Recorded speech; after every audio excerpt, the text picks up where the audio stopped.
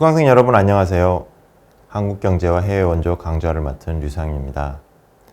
한국경제 역사에 관심을 가지신 여러분들을 만나게 되어 반갑습니다. 이번 강의에서는 지금까지 살펴본 원조들과는 조금 다른 성격을 가지는 기술 원조에 대해 검토해 보고자 합니다. 경제학 원론 수준으로 돌아가서 한번 이야기해 보겠습니다. 화면의 식은 생산함수입니다. 어떤 경제의 생산 수준, 즉 GDP는 기술 수준, 물적 자본, 인적 자본, 노동의 함수라고 할 수 있습니다. 이 식은 노동을 인구로 간주하고 생산성 또는 1인당 GDP의 식으로도 바꿔볼 수 있습니다.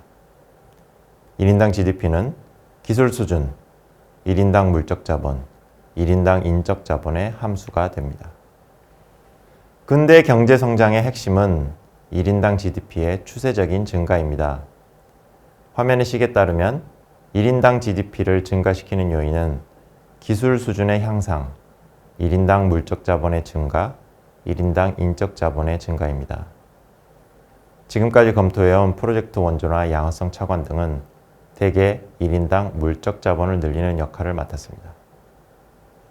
반면 이번 강의에서 검토해보고자 하는 기술 원조는 1인당 인적 자본을 늘리거나 경제 전체의 기술 수준을 향상시키는 것에 초점을 맞춘 원조라고 할 수 있겠습니다. 기술 원조는 크게 두 가지로 나누어 볼 수 있습니다. 한 가지는 증여나 차관을 통한 프로젝트 안에 물적 지원과 함께 기술 지원이 포함되어 있는 경우이고, 다른 한 가지는 그렇게 프로젝트의 구성 요소로 들어가 있지 않고 독립적으로 인적 자본을 늘리거나 기술 수준을 향상시키기 위해 제공되는 원조입니다. 이 둘을 구별하여 부르는 경우도 있었습니다. 예를 들어 1994년 10월 작성된 세계은행의 기술 원조 매뉴얼은 각 주에서 다음과 같이 설명하고 있습니다. 세계은행은 테크니컬 코어퍼레이션과 테크니컬 어시스턴스를 구분 없이 사용하지만 OECD는 둘을 구별해서 사용한다.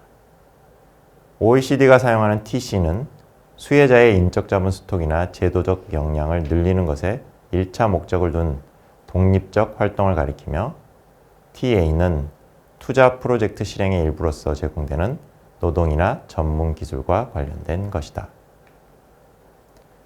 즉 당시 OECD는 독립적인 기술 원조를 테크니컬 코어퍼레이션, 물적인 프로젝트의 구성 요소로서 제공되는 기술 지원을 테크니컬 어시스턴스라고 구별해 불렀던 것입니다.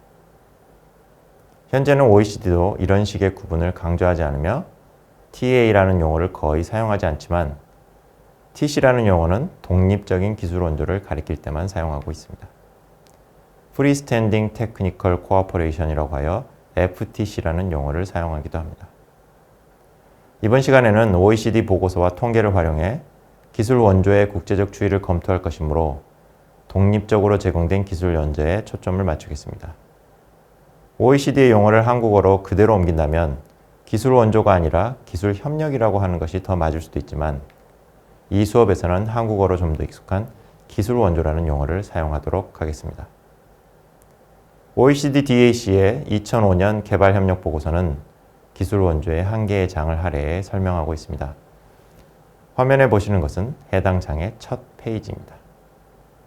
박스의 내용을 보면 기술 원조가 원조 프로그램에서 늘 중요한 역할을 해왔지만 그에 대한 비판도 많기 때문에 논란을 검토해보고자 독립된 챕터를 마련했다는 것을 알 수 있습니다. 보고서는 기술 원조가 크게 세 가지 형태로 구성된다고 설명하고 있습니다. 첫째는 장학생이나 연수생 자격을 주어 학습을 지원하는 것입니다. 둘째는 전문가, 교사, 자원활동가들을 원조 공여국으로부터 직접 공급하거나 현지 또는 다른 국가로부터 채용할 수 있도록 자금을 지원하는 것입니다. 셋째는 개발도상국들에서 대두되는 문제들, 예를 들어 열대 질병에 관해 연구하는 것입니다. 이 세 가지는 수혜국 입장에서 보면 각각 파견, 초청, 연구 용역이라고 할 수 있을 것입니다. 이 파견, 초청, 용역이라는 용어는 나중에 볼 한국 정부 통계에서 실제로 사용하고 있는 것이기도 합니다. 한편 보고서는 기술 원조 금액이 수혜국 정부의 교육 관련 지출보다 많은 국가도 있다는 지적을 하고 있습니다. 2001년 당시 캄보디아, 잠비아, 통가 등입니다. 기술 원조의 역사를 생각해보면 장학제도가 그 중요한 부분이기 때문에 사실상 기술 원조를 먼저 시작한 것은 정부보다 1913년 설립된 록펠러 재단이나 1936년 설립된 포드 재단 같은 민간이라고도 할 수 있을 것입니다.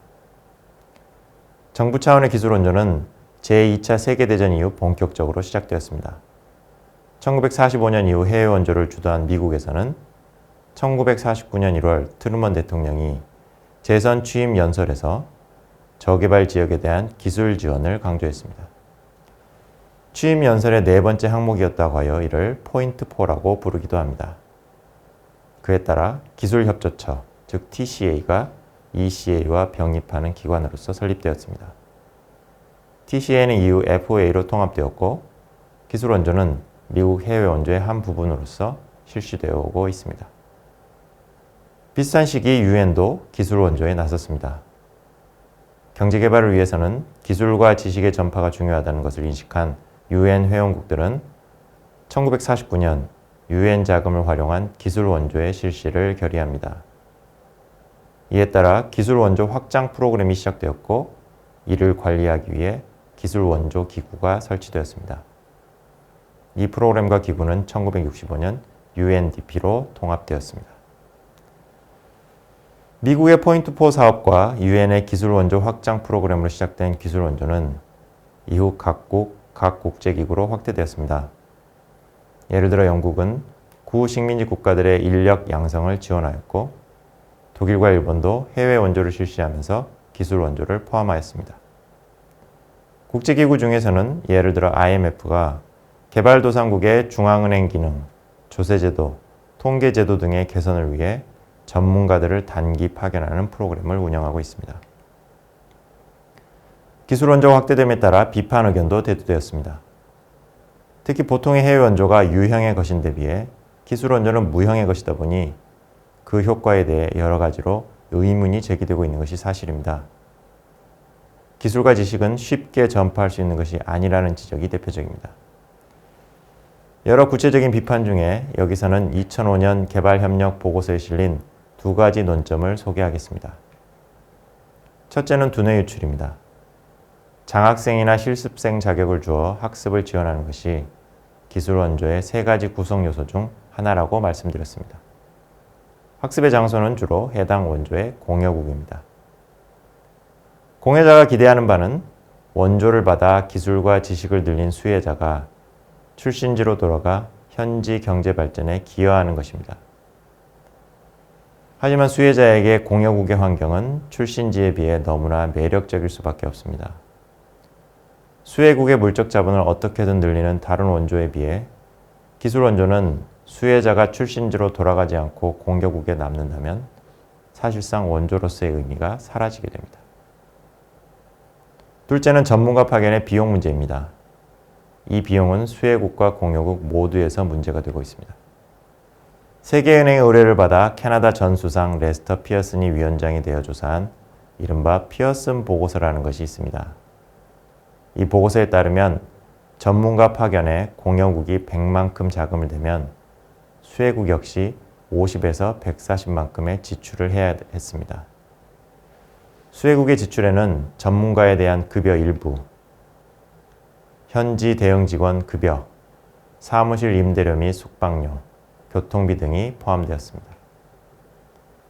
현재는 전문가에 대한 급여를 수혜국에서도 일부 제공하는 경우가 거의 없기 때문에 비용이 낮아졌겠지만 나머지 부분은 여전히 남아있을 것으로 예상됩니다. 공여국 입장에서도 전문가 파견의 비용은 만만치 않습니다. 특히 문제는 전문 서비스에 대한 직접적인 대가, 즉 급여 외에 나머지 부분이 많다는 것입니다. 파견의 실효성에 의문이 들 수밖에 없는 상황입니다. 2005년 개발협력 보고서에 따르면 자메이카에 파견된 전문가의 경우 전체 비용 중 급여의 비율은 30%도 되지 않았고 자녀 수당과 학비, 거주 임대료가 50% 이상을 차지했습니다. 현지나 인근 국가에서 채용하는 대안을 고려할 수도 있겠지만 공여국의 기준에 맞는 인재를 찾기 어려워 채택하기 쉽지 않습니다. 지금까지 기술 원조의 개념과 몇 가지 논점을 소개해 보았습니다. 다음 시간에는 OECD 통계를 통해 기술 원조의 추이를 정리해 보겠습니다.